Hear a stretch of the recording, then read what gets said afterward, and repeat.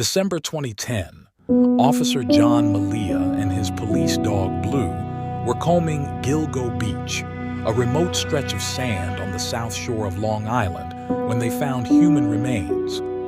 The police would later discover they belonged to Melissa Barthelemy, a tiny 24-year-old from the Bronx who worked as a prostitute and was last seen in July 2009 when she told a friend she was going to meet a client.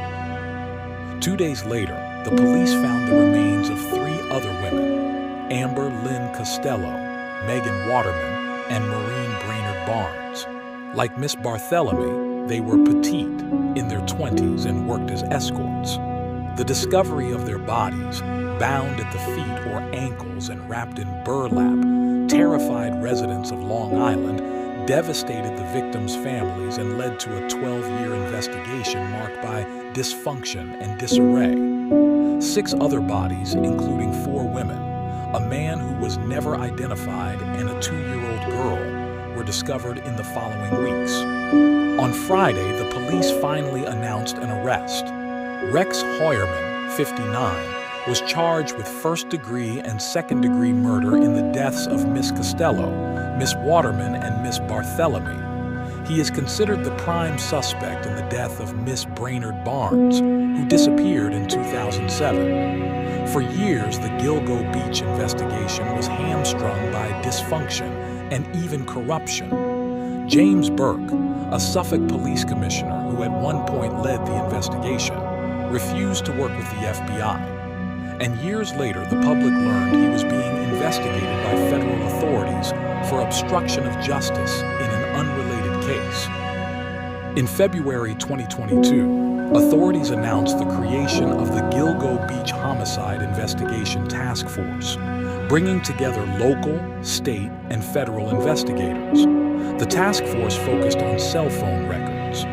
All the women had been contacted by different burner phones, and investigators using mapping technology learned the calls came from 2 key locations that they would eventually connect to Mr. Hoyerman, near his home on 1st Avenue in Massapequa Park and near his office at 5th Avenue and 36th Street in Manhattan. A break came in March 2022 when investigators discovered that Mr. Hoyerman owned a Chevrolet Avalanche truck at the time of the killings.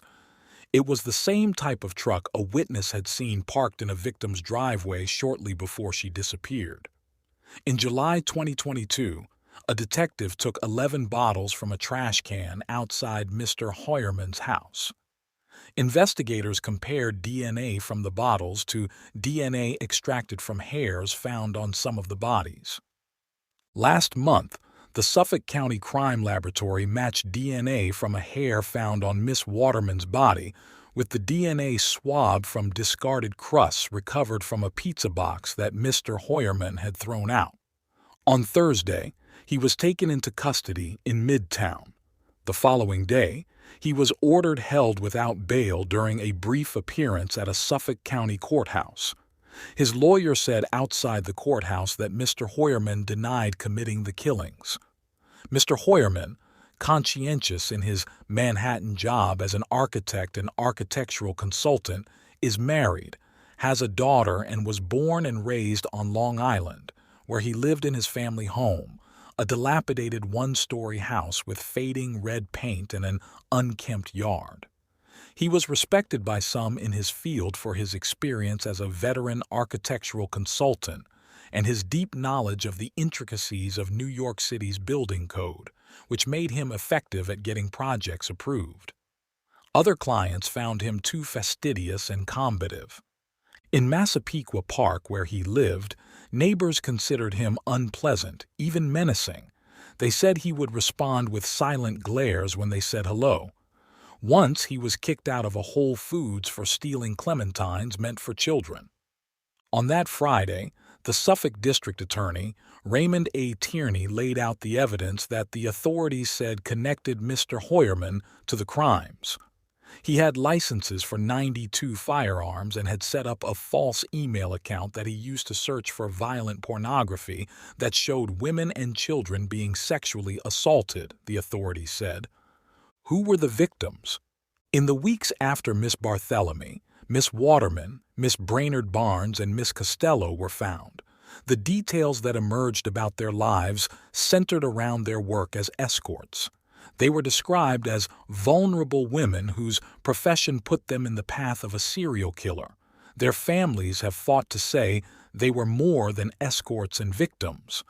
Miss Brainerd Barnes's sister described her as an artistic, daring free spirit who had worked as a blackjack dealer, then as a clerk at a ShopRite. She was a mother of a young girl and boy and turned to work as an escort 6 months before she vanished in July 2007. 2 years later, Miss Barthélemy, a hairdresser who had moved to New York from Buffalo, disappeared after she left her basement apartment in the Bronx and told a friend that she was going to see a man. Shortly after, her family received a series of calls from a man who admitted killing her. He used Miss Barthélemy's phone to make the taunting calls, the police said. Miss Waterman was 22 and living in Scarborough, Maine, when she went missing on June 6, 2010. She boarded a New York-bound Concord Trailways bus to meet a client. She was reported missing 2 days later after she did not call to check in on her 3-year-old daughter. Miss Costello was the last of what authorities called the Gilgo 4 to go missing.